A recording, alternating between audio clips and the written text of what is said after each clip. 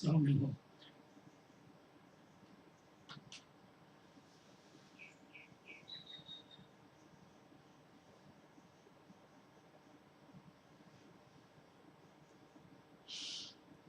ขอนอบน้อมแด่พระผู้มีพระภาคเจ้าพระองค์นั้นซึ่งเป็นผู้ไกลจากกิเลสตรัสรู้ชอบได้โดยพระองค์เองสวัสดีครับท่านผู้ฟังที่เคารพครับท่านผู้ฟังกำลังรับฟังรายการศึกษาธรรมนำสุขมีเสนอท่านผู้ฟังทุกวันศุกร์ตั้งแต่เวลา14 นาฬิกาถึง 15 นาฬิกาดำเนินรายการกับผมบรรเอกธนัทเดชะมีอาจารย์สุรภาเดชะเป็นผู้ร่วมรายการวันนี้เราได้นำมัตไตรปิฎกฉบับอัตถกถาเล่มที่33มาศึกษากันในพระสูตรที่กล่าวถึงเรื่องทั่วไปเกี่ยวกับการเกิดขึ้นของพระพุทธเจ้าณสถานที่พระพุทธองค์ทรงอุบัติในธรรมะทั้งหมดพระองค์ตรัสไว้ในพระสูตรนี้สรุปแล้วก็เป็นเรื่องของศีลสมาธิปัญญาทั้งสิ้นเรื่องศีลนั้นเป็นธรรมะที่รองรับธรรมะชั้นสูงเป็นธรรมที่ให้ธรรมะตั้งมั่นไม่เดือดร้อนจากนั้นก็มาเป็นเรื่องของสมาธิและก่อนจะถึงสมาธินั้นต้องเป็นผู้ที่มีความอยู่ในที่สงบทั้งที่ตนเองก็เป็นผู้ที่สันโดษด้วยและธรรมะที่ต่อจากนั้นก็คือการเจริญฌานตั้งแต่ปฐมฌานจนถึงจตุตฌานรูปฌานและอรูปฌานแล้วนำมาสู่การพิจารณาด้วยปัญญาคือวิปัสสนาในโพธิปักขิยธรรม37คือทำให้เป็นเครื่องตรัสรู้37อันได้แก่สติปัฏฐาน4สัมมาปัฏฐาน4อิทธิบาท4อินทรีย์5โพชฌงค์7และอริยมรรคองค์8ตรัสไว้ในพระสูตรสุดนี้ซึ่งมีรายละเอียดที่จะเรียนให้ทราบ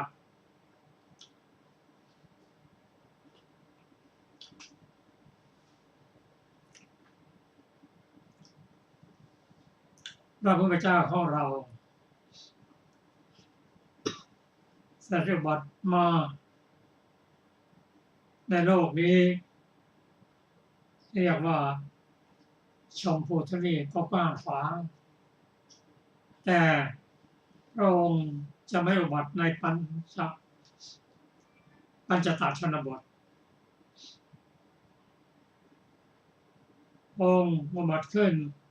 อยู่ในมัชชิมประเทศเท่านั้น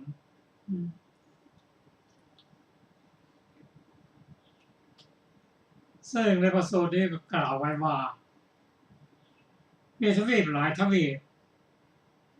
พระองค์เสด็จมาอุบัติในชมพูทวีปเท่านั้นชมพูทวีปนั้นเป็นทวีปที่ มนุษย์ทั้งหลายปรารถนาอย่างยิ่งที่จะมาเกิดในชมพูทวีปทั้งที่ชมพูทวีปนั้นเป็นทวีปที่ มีการสอนพุทธศาสนาเป็นทวีปที่มีคนที่กล้าที่สุดคนที่เร็วที่สุดคนอายุยืนที่สุดอายุสั้นที่สุดและเป็นที่เกิดของพระพุทธเจ้าพระมหาจักรพรรดิ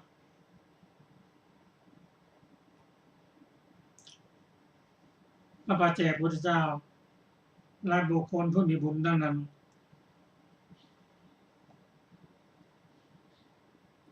เพราะฉะนั้นเราจะเห็นว่าชมพูทวีปนั้นเป็นทวีปที่มีทุกสิ่งทุกอย่างมีทุกข์ก็ทุกข์มากสุขก็สุขทุกข์ก็ทุกข์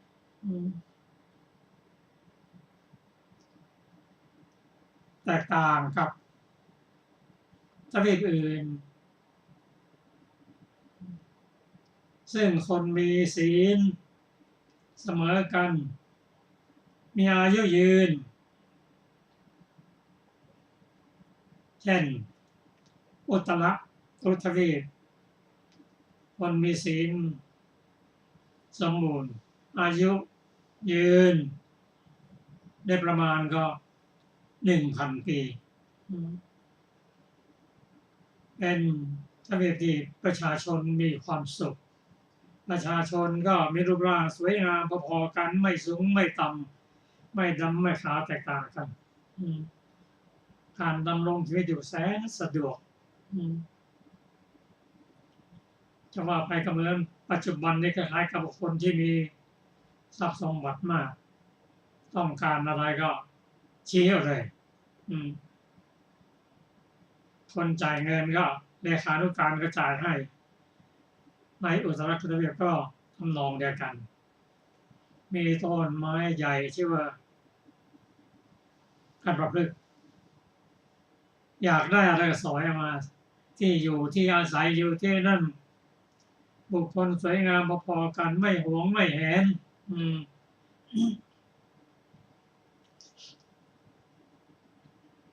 ต่อไปก็อุปเทวะทวีปคนอายุยืนประมาณ700 ปีเสมอกันอัปราโคยานทวีป500 ปีส่วนชมพูทวีปนั้นก่อนที่พระองค์จะเสด็จมาเป็นพุทธเจ้านั้นทรงตรวจดูหลายประการเช่นอายุของคนก็ไม่เกิน1,000 ปีไม่ต่ำกว่า100 ปีถ้าอายุยืนกันไปก็ไม่รู้จักทุกข์อายุต่ำกันไปก็สอนทำไม่รู้เรื่องต้องอยู่ในระหว่างนั้นพระองค์จะเสด็จมาโปรดมารดาอายุของมารดาก็หลังจากที่พระองค์ลงประสูติแล้วก็อยู่ได้ไม่เกิน7 วันเพื่อมาให้สัตว์อื่นมาเกิดในครรภ์เดียวกัน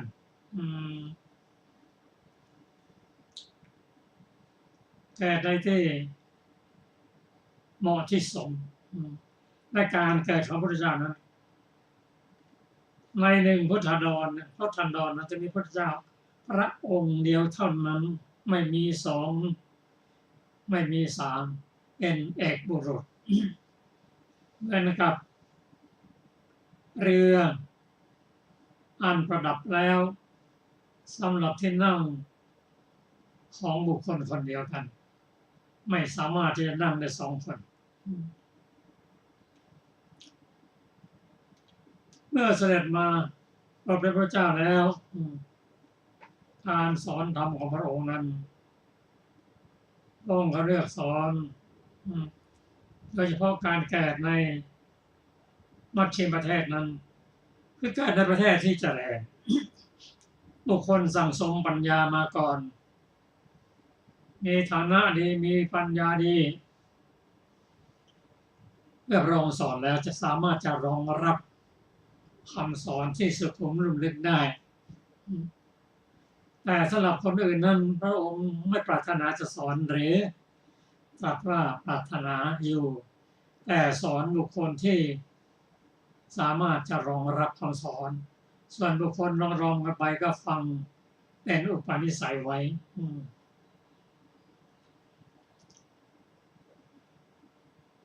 สำหรับคำสอนที่พระองค์จะสอนให้ก็สำหรับบุคคลที่เป็นผู้ที่จะรองรับได้ตั้งความปรารถนาไว้มีศีลสมาธิปัญญาสร้างสมมาไว้ดังพระองค์ตรัสไว้ในคุณสมบัติที่เป็นส่วนหนึ่งของลาภธรรมลาภด้วยกันมีหลายประเภทด้วยกันเป็นผู้ที่ พร้อมที่จะรับธรรมะคือเป็นผู้ที่ชอบสงบสงัดเพราะว่าชีวิตของคนนั้นมีอารมณ์จิตไม่สามารถที่จะว่างจากอารมณ์ได้ทั้งอารมณ์ที่ดีไม่อารมณ์ที่ไม่ดีก็เป็นส่วนใหญ่ที่เป็นอารมณ์ที่ขัดต่อความสงบของจิตเพราะฉะนั้นเราตรัสว่าภิกษุทั้งหลายความเป็นผู้ถืออยู่ป่าเป็นวัดความเป็นผู้ถือเที่ยวบิณฑบาตเป็นวัดความเป็นผู้ถือผ้าบังสุกุลเป็นวัดความเป็นผู้ถือทรงไตรจีวรความเป็นผู้ธรรมกถึกความเป็นผู้ที่เป็นพระวินัยธรความเป็นผู้มีพระพุทธเจ้ามีความเป็นผู้ที่ได้ศึกษาพุทธพจน์ไปมากสดับมากความเป็นผู้มั่นคง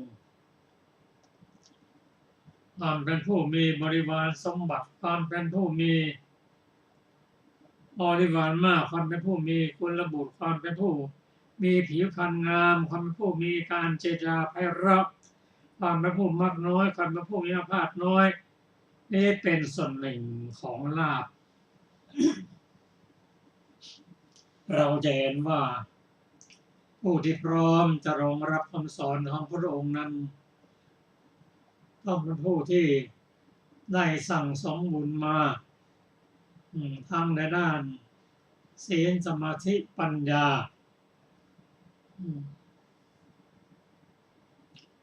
และนอกจากนั้นสิ่งประกอบก็คือเป็นผู้ที่มีการศึกษาพุทธศาสนามามากเป็นผู้ที่สดับมามากเป็นผู้ฉลาดเป็นผู้ที่มักน้อยสำโนดไม่ค่อยเจ็บป่วย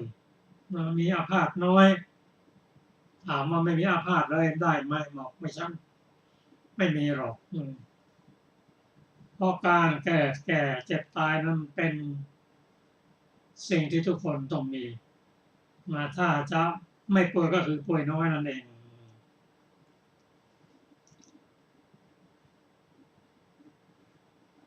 จากนั้นก็มาปฏิบัติตามคำสอนของพระพุทธเจ้าได้การเมื่อมีศีลดีแล้วก็เจริญสมาธิ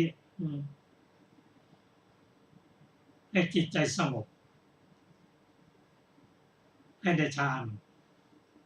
ผู้ได้ฌานนั้นก็คือผู้ที่มีองค์5ประกอบด้วยได้แก่วิตกวิจารปิติสุขเอกคตานี่เป็นผู้ที่มีสมาธิอันเกิดจาก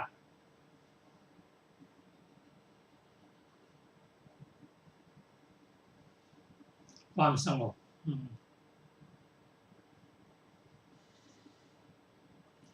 การได้ฌานนั้นคือเป็นผู้ที่พร้อมที่จะรับฟังคำสอนนั้นสูงเพราะเป็นผู้ที่มีทุลีในตาน้อยไม่มีกิเลสรบกวนมากเป็นผู้ที่มี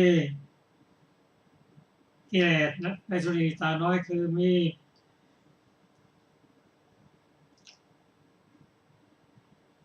ความสงบในด้านกามฉันทะพยาปะทะทีนมิทะอุทธัจจะกุกกัจจะและวิจิกิจฉาเป็นผู้พร้อมที่จะรองรับธรรมะชั้นสูงได้เพราะฉะนั้นในการเผยแผ่พระองค์จะมุ่งไปพบบุคคลที่มีความสามารถที่จะรับธรรมะของพระองค์ได้เช่นพระปัญจวัคคีย์เป็นต้นแต่ทรงกระนั้นมีไหมมีเช่นผู้ใดอารูปฌานในขณะที่ยังมีชีวิตอยู่เช่นในสมัยพระองค์นั้นเมื่อพระองค์ได้สำเร็จเป็นพระพุทธเจ้าท่านพระองค์ก็เรียกถึงอาราธนาบทและอุทกาจบทอุทกาจบทได้อารูปฌานในระดับของเนวะในระดับของในระดับของอรูปฌานที่สี่ซึ่งเริ่มต้นด้วยอากาสานัญจาวิญญาณัญจาอากินนัญจาเนวสัญญาณสันดาอุทกะระบบไทยเนวสัญญาณสัญญาแต่ท่านสิ้นชีวิตไปเสียก่อนท่านได้เป็นมามีชีวิตอยู่นะก็ฟังธรรมในขณะที่มีชีวิตอยู่นั้นนะพออุทกะท่านสิ้นชีวิตไปแล้วก็ไปอยู่ในภูมิของอรูปภพไม่มีรูปฟังธรรมไม่ได้จะไว้สุขในภพนั้นอาราธนาบทก็ได้อากินจัญญาสิ้นชีวิตไปเสียก่อนคือคนจะฟังธรรมจากพระองค์ได้นะก็ยังมีชีวิตอยู่นั่นนะถ้าสิ้นชีวิตไปแล้วก็ไม่สามารถจะฟังธรรมได้ก็มาเนึกถึงเรื่องของพระปัญจวัคคีย์ท่านได้ฌานได้ปัญจมฌานยังมีชีวิตอยู่แล้วก็ฟังธรรมได้ฟังธรรมแล้วก็บรรลุธรรมการบรรลุธรรมก็เป็นไปตามในที่กล่าวไว้ในพระสูตรนั่นคือเป็นผู้ที่สงบสงัดไม่คลุกคลีเป็นต้นแล้วก็นำมาศึกษาในเรื่องฌานซึ่งพระองค์ตรัสว่าผู้ได้ฌานแม้แต่เพียงนิดเดียวมาเข้าว่าอย่างนั้นนั่งสมาธิจนเกิดความสงบไม่มีวิตกหรือจะมีวิตกวิจารก็เป็นวิตกวิจารที่นั่นเป็นวิตกวิจารที่เป็นฝ่ายกุศลเรียกว่ากุศลวิตกมีความสุขเมื่อความสุขเกิดขึ้นนั่นนะเกิดฌานขณะที่สมาธินั้นแสดงว่าต่อไปก็จะเป็นฌานแล้วเพราะนั้นความสุขนั้นเป็นเหตุใกล้ของความสงบความตั้งมั่นผู้ที่ปฏิบัติธรรมเกิดสภาวธรรมเกิดความสุขความสงบความสงัดขึ้นมาอันนี้ก็ถือเป็นผู้ที่ได้สภาวธรรมแต่การจะได้อย่างนี้บางคนปฏิบัติธรรมต้อง2 ครั้ง 3 ครั้ง 7 ครั้งก็ยังไม่ได้ก็มีเพราะฉะนั้นผู้ที่ได้ฌานแม้แต่ชั่วการเพียงลัดนิ้วมือซ้ายพระองค์ตรัสว่าเป็นผู้ที่ไม่เหินห่างจากฌานทำตามคำสั่งสอนของพระพุทธเจ้าปฏิบัติตามองค์ว่าบิณฑบาตแล้วก็ไม่ถือว่า ไม่ชาวบ้านไม่เสียประโยชน์ยิ่งเป็นผู้ที่ทำฌานยิ่งขึ้นไป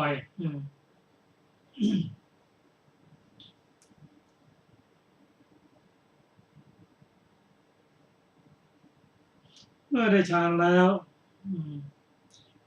ก็เป็นผู้ที่เอาฌานนั้นเป็นบาตร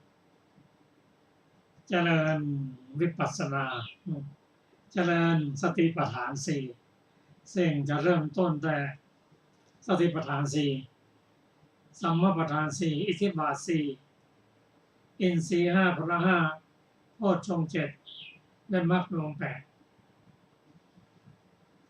และโดยสุดท้ายของบทสวดที่พระองค์ได้ตรัสถึงอานิสงส์ของการเจริญกายคตาสติ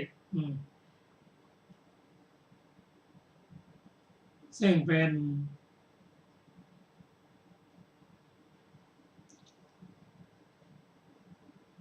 ด้านวิปัสสนา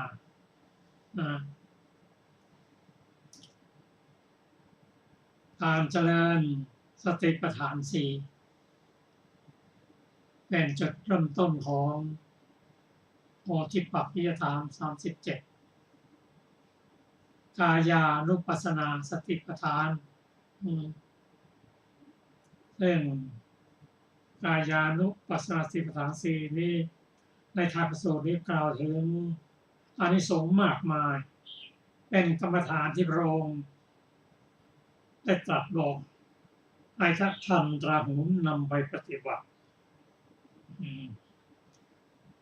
ตอนรายละเอียดนั้นผมก็เจออาจารย์สรภาค่ะสวัสดีค่ะท่านผู้ฟังทุกท่านภิกษุผู้มีความเข้าใจรูปภายในเห็นรูปภายนอกที่เล็กมีวรรณะดีมีวรรณะสามเข้าเธอครอบงำรูปเหล่านั้นเสียได้แล้วมีความเข้าใจเช่นนี้ว่าเรารู้เราเห็นดังนี้ดูก่อนภิกษุทั้งหลายภิกษุนี้เรากล่าวว่าอยู่ไม่เหินห่างจากฌานทำตามคำสอนของพระศาสดาปฏิบัติตามโอวาทไม่ฉันบิณฑบาตของชาวแว่นแคว้นปรามจะป่วยกล่าวไปยายถึงผู้กระทำให้มากซึ่งความเข้าใจนั้นเล่าภิกษุผู้มีความเข้าใจรูปภายในเห็นรูปภายนอกที่ไม่มีประมาณมีวรรณะดีหรือมีวรรณะสามเข้า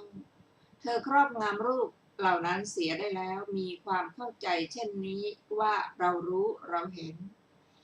ภิกษุผู้มีความเข้าใจอรูปภายในเห็นรูปภายนอกที่เล็กมีวรรณะดีหรือวรรณะสามเธอครอบงำรูปเหล่านั้นเสียได้แล้วมีความเข้าใจเช่นนี้ว่าเรารู้เราเห็นภิกษุผู้มีความเข้าใจอรูปภายในเห็นรูปภายนอกที่ไม่มีประมาณมีวรรณะดีหรือมีวรรณะสามเข้า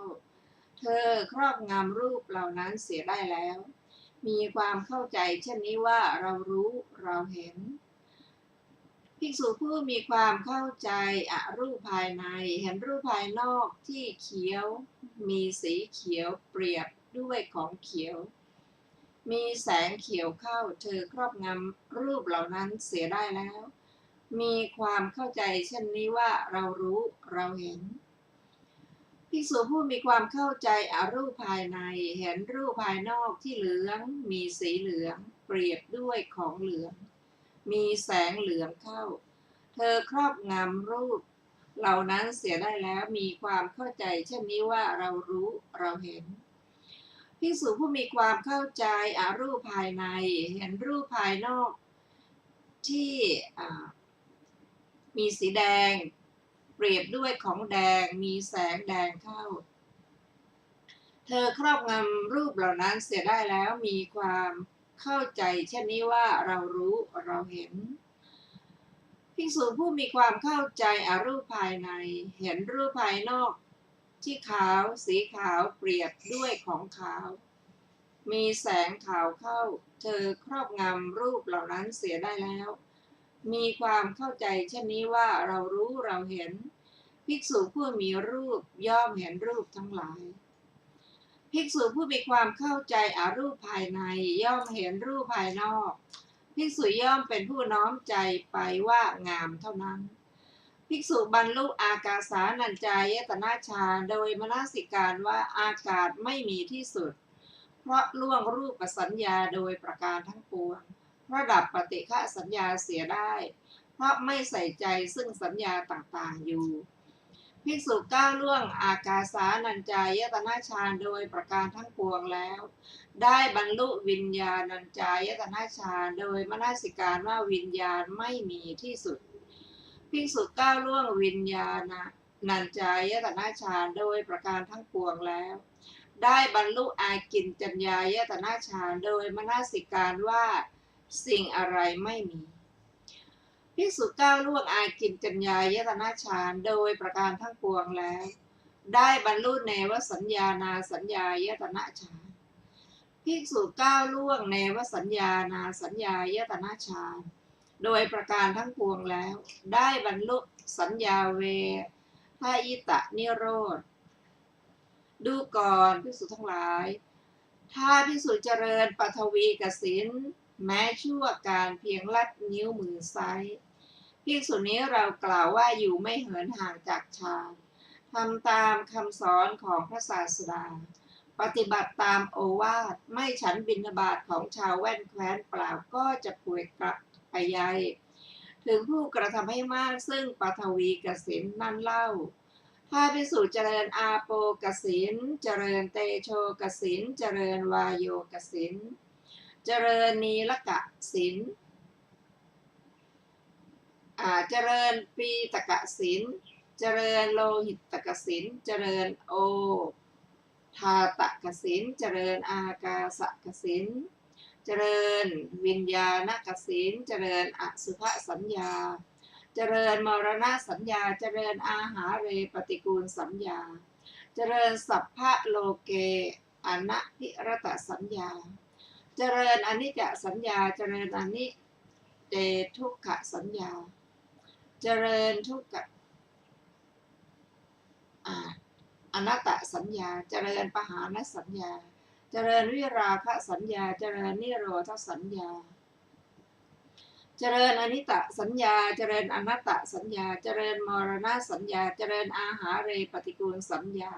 เจริญสัพพะโลเกอนัพิรตสัญญา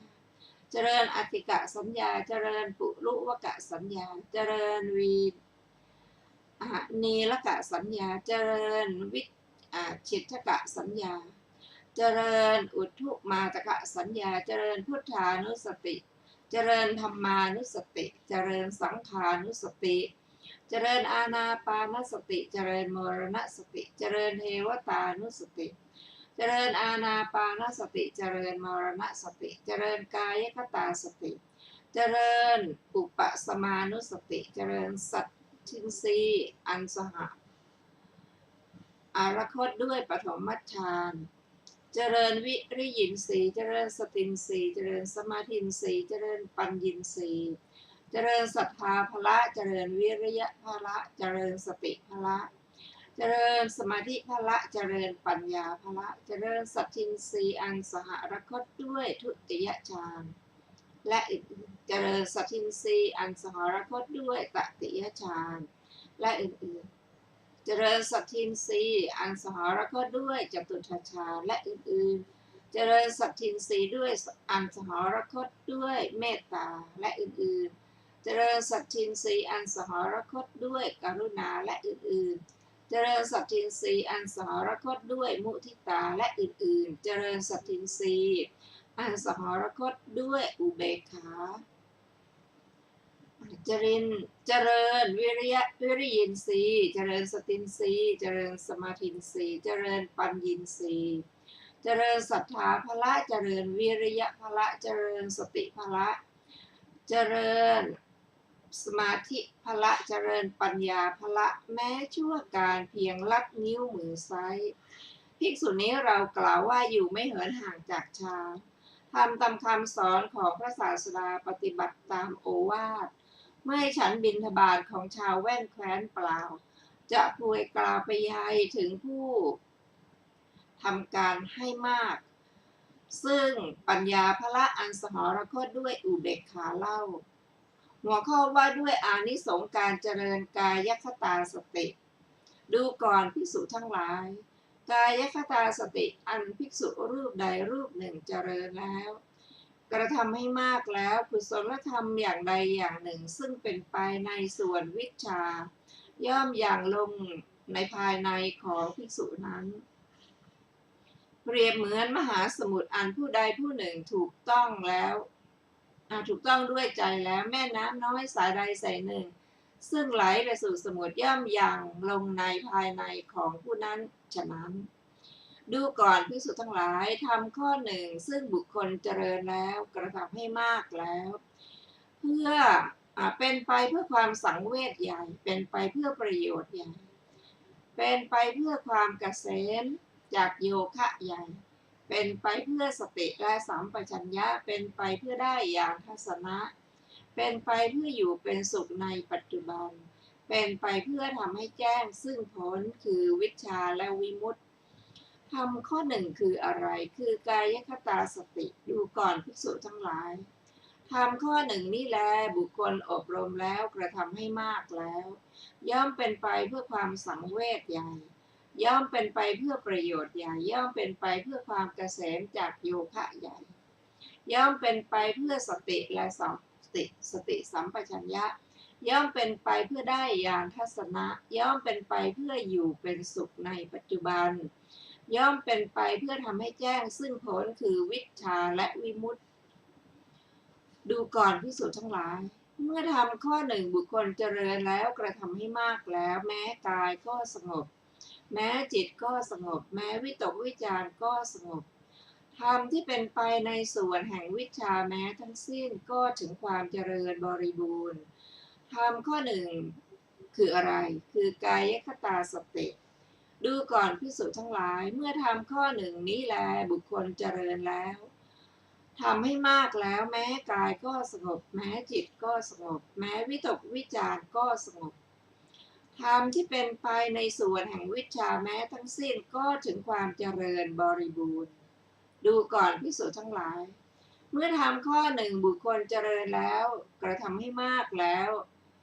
อกุศลธรรมที่ยังไม่เกิดย่อมไม่เกิดขึ้นได้เลยและอกุศลธรรมที่เกิดขึ้นแล้วย่อมละเสียได้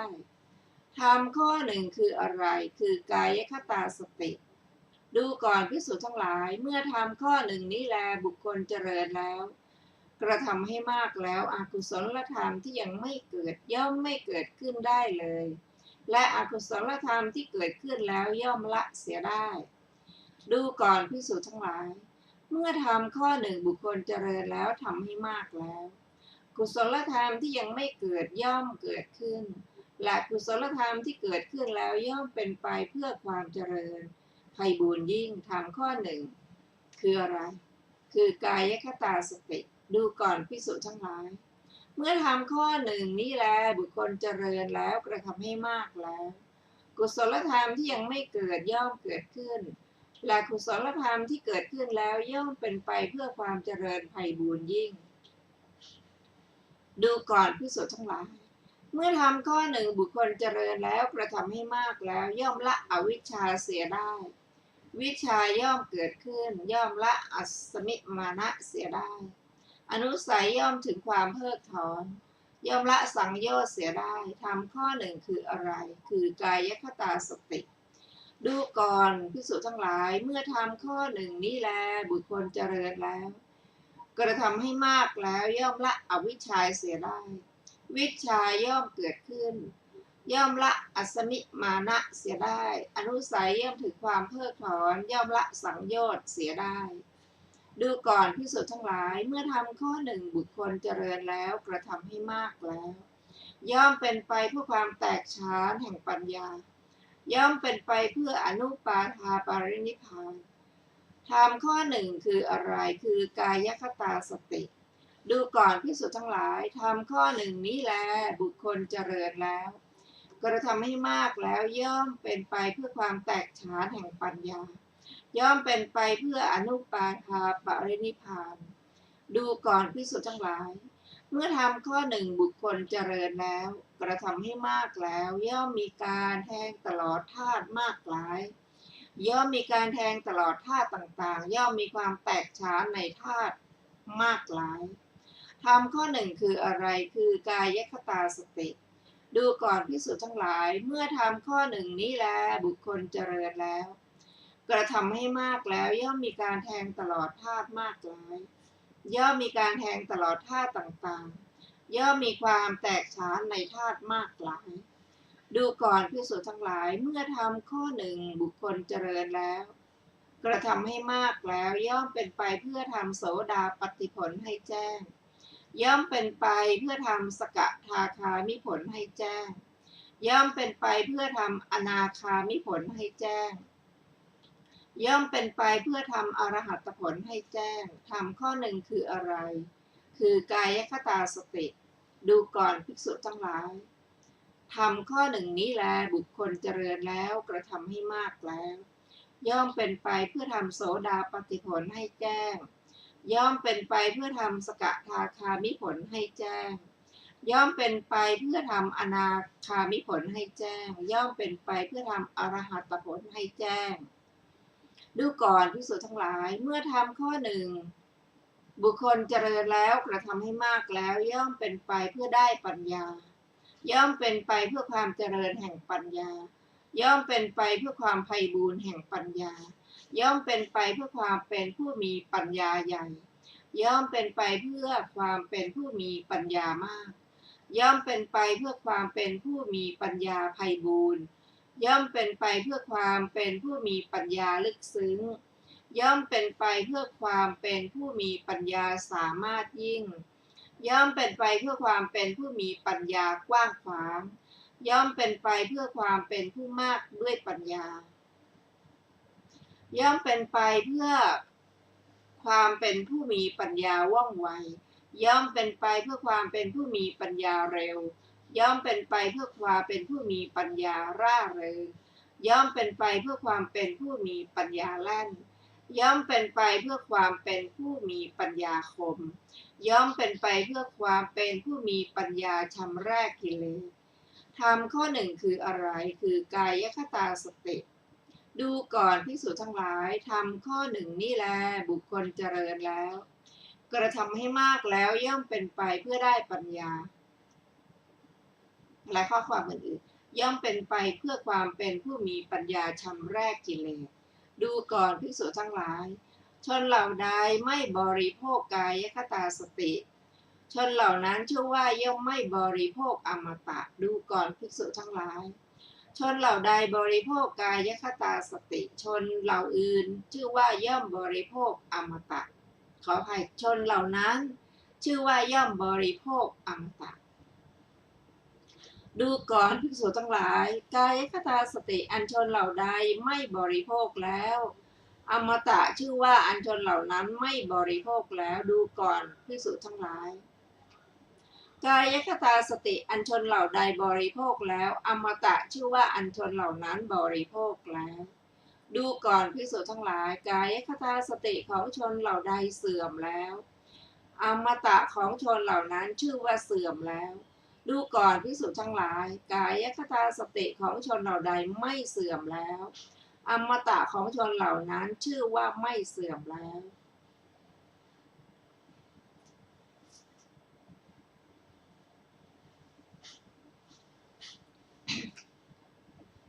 ดูก่อนภิกษุทั้งหลายกายคตาสติอันชนเหล่าใดเบื่อแล้วอมตะชื่อว่าอันชนเหล่านั้นเบื่อแล้วดูก่อนภิกษุทั้งหลายกายคตาสติอันชนเหล่าใดชอบใจแล้วอมตะชื่อว่าอันชนเหล่านั้นชอบใจแล้วดูก่อนภิกษุทั้งหลายชนเหล่าใดประมาทกายคตาสติชนเหล่านั้นชื่อว่าประมาทอมตะดูก่อนภิกษุทั้งหลายชนเหล่าใดไม่ประมาทกายคตาสติชนเหล่านั้นชื่อว่าไม่ประมาทอมตะดูก่อนภิกษุทั้งหลายกายคตาสติอันชนเหล่าใดหลงลืมอมตะชื่อว่าอันชนเหล่านั้นหลงลืมดูก่อนภิกษุทั้งหลายกายคตาสติอันชนเหล่าใดไม่หลงลืมอมตะชื่อว่าอันชนเหล่านั้นไม่หลงลืมดูก่อนภิกษุทั้งหลายกายคตาสติอันชนเหล่าใดไม่ส่องเสพแล้วอมตะชื่อว่าอันชนเหล่านั้นไม่ส่องเสพแล้วดูก่อนภิกษุทั้งหลายกายคตาสติอันชนเหล่าใดส่องเสพแล้ว อมตะชื่อว่าอัญชนเหล่านั้นซ่องเสพแล้วดูก่อนภิกษุทั้งหลายกายคตาสติอัญชนเหล่าใดไม่เจริญแล้วอมตะชื่อว่าอัญชนเหล่านั้นไม่เจริญแล้วดูก่อนภิกษุทั้งหลายกายคตาสติอัญชนเหล่าใดเจริญแล้วอมตะชื่อว่าอัญชนเหล่านั้นเจริญแล้วดูก่อนภิกษุทั้งหลายกายคตาสติอัญชนเหล่าใดไม่ทำให้มากแล้วอมตะชื่อว่าอัญชนเหล่านั้นไม่ทำให้มากแล้วดูก่อนภิกษุทั้งหลายกายคตาสติอัญชนเหล่าใดทำให้มากแล้วอมตะชื่อว่าอัญชนเหล่านั้นทำให้มากแล้วดูก่อนภิกษุทั้งหลายกายคตาสติอัญชนเหล่าใดไม่รู้ด้วยปัญญาอันยิ่งอมตะชื่อว่าอัญชนเหล่านั้นไม่รู้ด้วยปัญญาอันยิ่งดูก่อนภิกษุทั้งหลายกายคตาสติอัญชนเหล่าใดรู้ด้วยปัญญาอันยิ่งอมตะชื่อว่าอัญชนเหล่านั้นรู้ด้วยปัญญาอันยิ่งดูก่อนภิกษุทั้งหลายกายคตาสติอัญชนเหล่าใดไม่กำหนดรู้แล้วอมตะชื่อว่าอัญชนเหล่านั้นไม่กำหนดรู้แล้วดูก่อนภิกษุทั้งหลายกายคตาสติอัญชนเหล่าใดกำหนดรู้แล้วอมตะชื่อว่าอัญชนเหล่านั้นกำหนดรู้แล้วดูก่อนภิกษุทั้งหลายกายคตาสติอัญชนเหล่าใดไม่ทำให้แจ้งแล้วอมตะชื่อว่าอัญชนเหล่านั้นไม่ทำให้แจ้งแล้วดูก่อนภิกษุทั้งหลายกายคตาสติอัญชนเหล่าใดทำให้แจ้งแล้วอมตะชื่อว่าอัญชนเหล่านั้นทำให้แจ้งแล้วก็จบเอกนิบาต 1,000 สูตรจบบริบูรณ์ต่อไปเราจะได้ศึกษาอรรถกถาของภาษาทกรธรรมวรรคคำว่าอัฏฐังในบทเป็นต้นว่าอัฏฐมิทังนี้เป็นชื่อของส่วนหนึ่งท่านอธิบายว่านี้เป็นลาภแน่แท้คือนี้เป็นส่วนหนึ่งของลาภบทว่ายะทิทางอารัญญกตังคือความเป็นผู้อยู่ป่าส่วนหนึ่งใดอธิบายว่าชื่อว่าความเป็นผู้อยู่ป่าเป็นส่วนหนึ่งของลาภคือภิกษุผู้อยู่ป่าอาจได้ลาภเพราะเป็นผู้บำเพ็ญได้อย่างแท้จริงก็ภิกษุผู้อยู่ป่าเป็นวัดคิดว่าเราจะกระทำสิ่งที่สมควรแก่การอยู่ป่าของเราของตัวเราจึงไม่กระทำกรรมที่ชื่อว่าลามกเมื่อเป็นเช่นนั้นมหาชนก็จะเกิดความเคารพต่อท่านว่าภิกษุนี้ถือการอยู่ป่าเป็นวัดย่อมทำการบูชาด้วยปัจจัยทั้งสี่เพราะเหตุนั้นพระผู้มีพระภาคเจ้าจึงตรัสว่าดูก่อนภิกษุทั้งหลายความเป็นผู้อยู่ป่าเป็นวัดนี้เป็นลาภแน่แท้ดังนี้แม้ในบทที่เหลือก็มีนัยยะนี้แหละก็ความเป็นผู้ได้สดับฟังมากชื่อว่าพาหุสัจจะในสูตรนี้บทว่าทาระระยังได้แก่ความเป็นผู้ถึงความมั่นคงเพราะเป็นผู้บวชนานบทว่าอากัปปะสัมปทาได้แก่ความถึงพร้อมด้วยมารยาทมีการครองจีวรเป็นต้นความเป็นผู้มีบริวารสะอาดชื่อว่าปริวาระสัมปทาความถึงพร้อมด้วยบริวารความเป็นกุลบุตรชื่อว่ากุลปุตติคือบุตรคนมีตระกูลความเป็นผู้มีรูปร่างดีชื่อว่าวรรณโปกคารตาความเปล่งถ้อยคำไพเราะชื่อว่ากัลยาณวากะกรณตาความถึงพร้อมด้วยความไม่มีโรคชื่อว่าอัปปาพาทตาก็ภิกษุผู้ไม่มีโรคย่อมบำเพ็ญ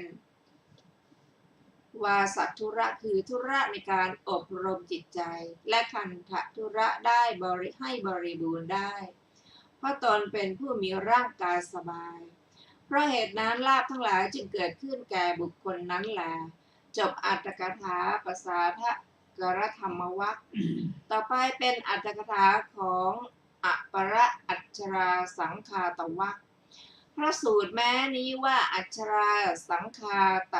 มัตตังดังนี้ ตรัสไว้ในเหตุเกิดเรื่องของอัคคิกะขันโทปมะสูตรก็คาถาที่พูดถึงผลของเมตตาที่ไม่ถึงอัปปนาไม่มีพระธรรมเทศนานี้พึงทราบว่าทรงปรารภในเมื่อเรื่องนั้นเกิดเรื่องนั้นนั่นแหละในบทเหล่านั้นบทว่าปฐมังมีเนื้อความดังกล่าวไว้ในวิพังค์ว่าเป็นที่หนึ่งตามลำดับแห่งการนับชื่อว่าเป็นที่หนึ่งเพราะเข้าฌานที่หนึ่งนี้บทว่า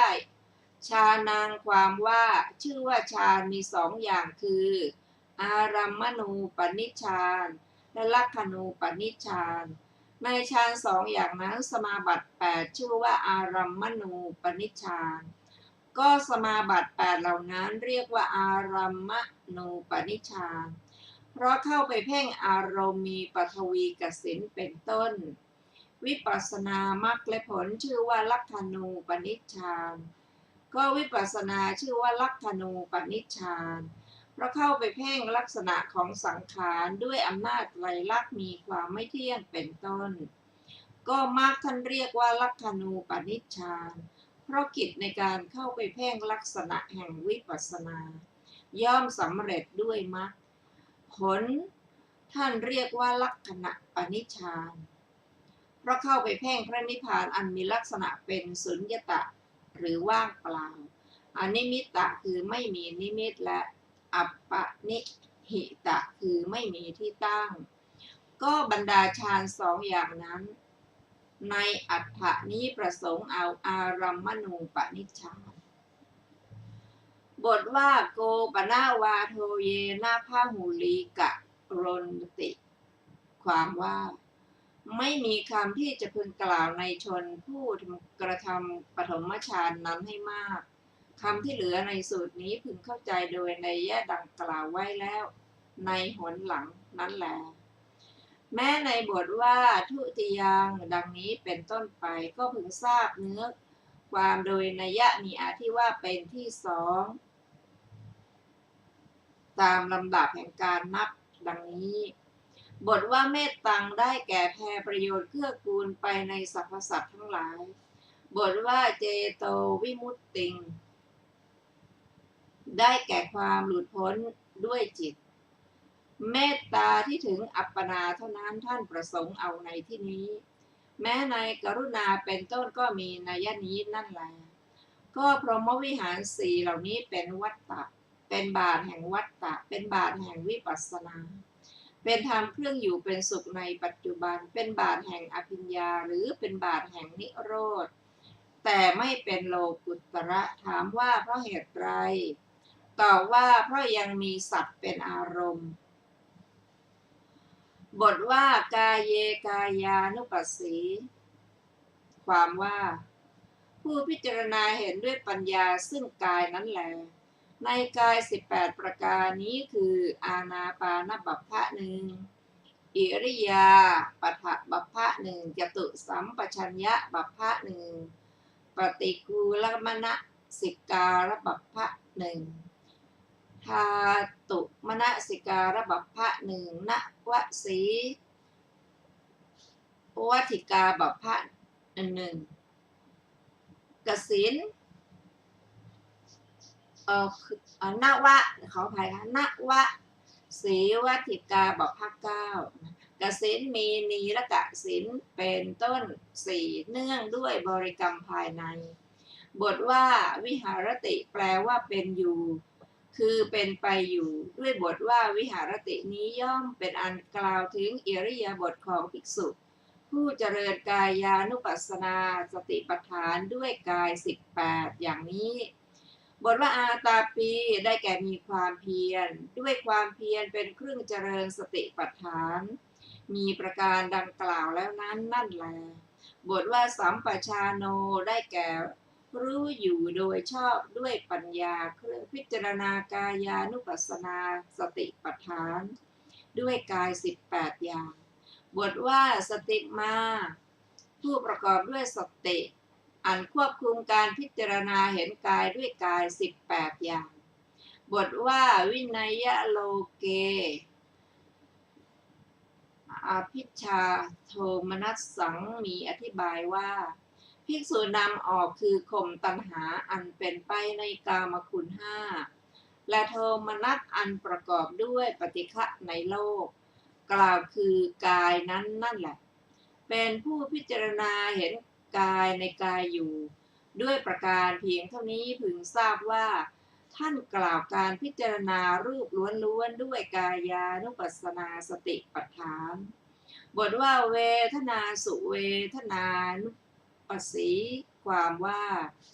ก็ในคำเป็นต้นว่าบรรดาเวทนาทั้งหลายมีสุขเวทนาเป็นต้น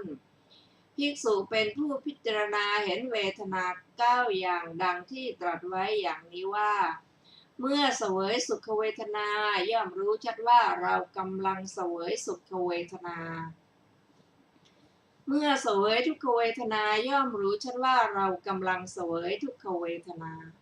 เมื่อเสวยอทุกขมสุขเวทนาคือเวทนาที่ไม่สุขไม่ทุกข์ย่อมรู้ชัดว่าเราเสวยอทุก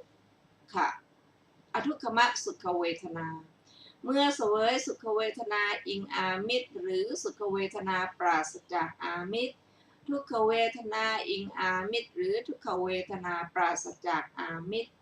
อทุกขมสุขเวทนาอิงอามิตรหรืออทุกขมสุขเวทนาปราศจากอามิตรย่อมรู้ชัดว่าเราเสวยอทุกขมสุขเวทนาปราศจากอามิตรดังนี้พึงทราบเนื้อความในเรื่องนี้ด้วยอำนาจของวิริยะปัญญาและสติซึ่งเป็นตัวกำกับการเจริญเวทนานุปัสสนาสติปัฏฐานโดยประการ9อย่างก็ในบทว่าโลเกนี้พึงทราบว่าได้แก่เวทนาแม้ในจิตและธรรมเป็นต้นก็มีนัยยะนี้แหละแต่บทว่าจิตเตจิตตานุปัสสีในสูตรนี้มีความหมายว่าพิจารณาเห็นด้วยอนุปัสสนาอันพิจารณาอย่างนี้ในจิต16ประเภทที่ท่านขยายความไว้ว่าหรือย่อมรู้ชัดจิตมีราคะว่าเป็นจิตมีราคะดังนี้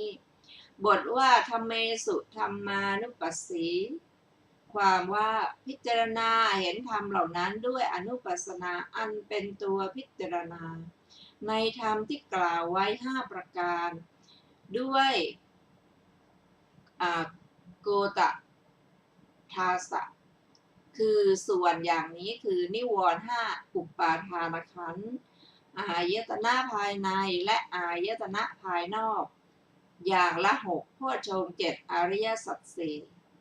ก็ในการพิจารณาเห็นธรรมนี้ท่านกล่าวการพิจารณานามล้วนๆในเวทนานุปัสสนาสติปัฏฐานและจิตตานุปัสสนาสติปัฏฐานกล่าวถึงการพิจารณาทั้งรูปและนามในสัมมานุปัสสนาสติปัฏฐานพึงทราบว่าสติปัฏฐานแม้ทั้ง4นี้ท่านกล่าวทั้งโลกิยะและโลกุตระคละกันไปบทว่าอนุปันนานังได้แก่ที่ยังไม่เกิดบทว่าปาปกานังได้แก่ต่ำทรามบทว่าอกุศลานังธรรมานังได้แก่ธรรมมีโลภะเป็นต้นอันเกิดจากความไม่ฉลาด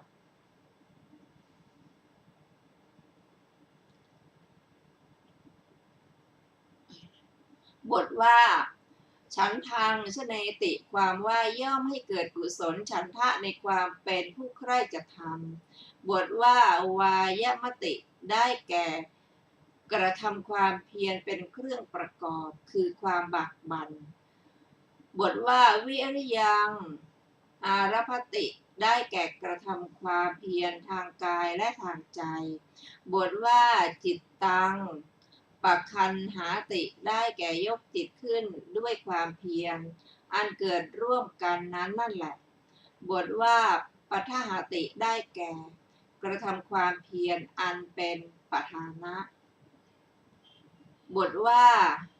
อุปนานังได้แก่เกิดแล้วคือบังเกิดแล้วบทว่ากุศลานังธรรมานังได้แก่ธรรมะมีอโลภะเป็นต้นอันเกิดจากความฉลาด